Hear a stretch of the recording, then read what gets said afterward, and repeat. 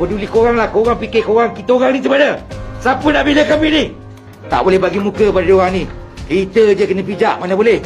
Kedua-dua buah syarikat ni, jumlah keseluruhan 186 pengadu. Total kerugian yang direkodkan berjumlah 60.7 juta ringgit. Kedua-dua syarikat ini menawarkan pelaburan Islamic Redeemable Preference Share. Syarikat ini tidak mendapat kelulusan untuk membuat tawaran awam.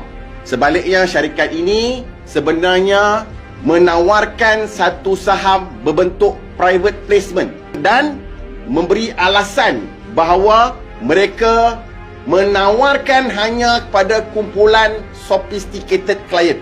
Malangnya, kebanyakan daripada pelabur-pelabur yang melabur di dalam syarikat berkenaan tidak memenuhi kriteria sophisticated client. Bermaksud dia orang ni hanya sebenarnya pelabur-pelabur awam saja. Bukanlah mereka melabur 250,000. Bukanlah mereka ni ada 3 juta. Tetapi saya tanya, siapa yang nak bela di kami ni? Syarikat tu dituduh, tapi duit kami ni macam mana? Kenapa ada syarikat yang didapati bersalah tapi tak dipulangkan duit? RM10 tak apa, kami boleh halalkan. Tapi kalau dah sampai ratusan ribu ringgit, siapa yang boleh halalkan? Kami ni kerja 30 tahun menyimpan duit. Itulah harapan kami untuk another survivor 20 tahun ke apa. Tetapi apabila dia hancurkan macam tu, saya dah berhenti kerja.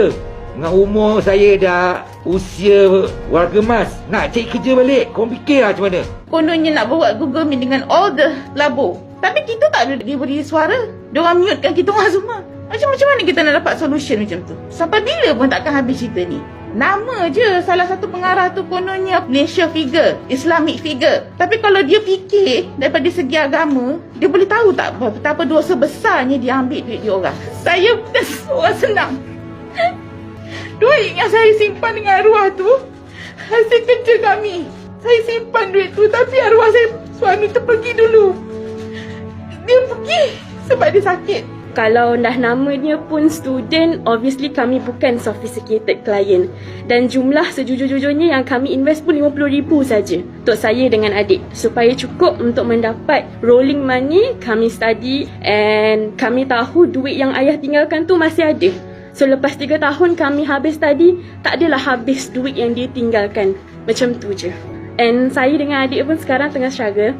Dia masih belajar. Alhamdulillah saya dah dapat tawaran bekerja. Dan sepatutnya saya sabung belajar. Tapi saya kena tolak. Sebab kalau saya dengan adik belajar, tak ada orang nak tanggung lagi dah. Saya punya kerugian dalam pelaburan ni 200,000. Sedangkan saya punya pelaburan ni, orang-orang yang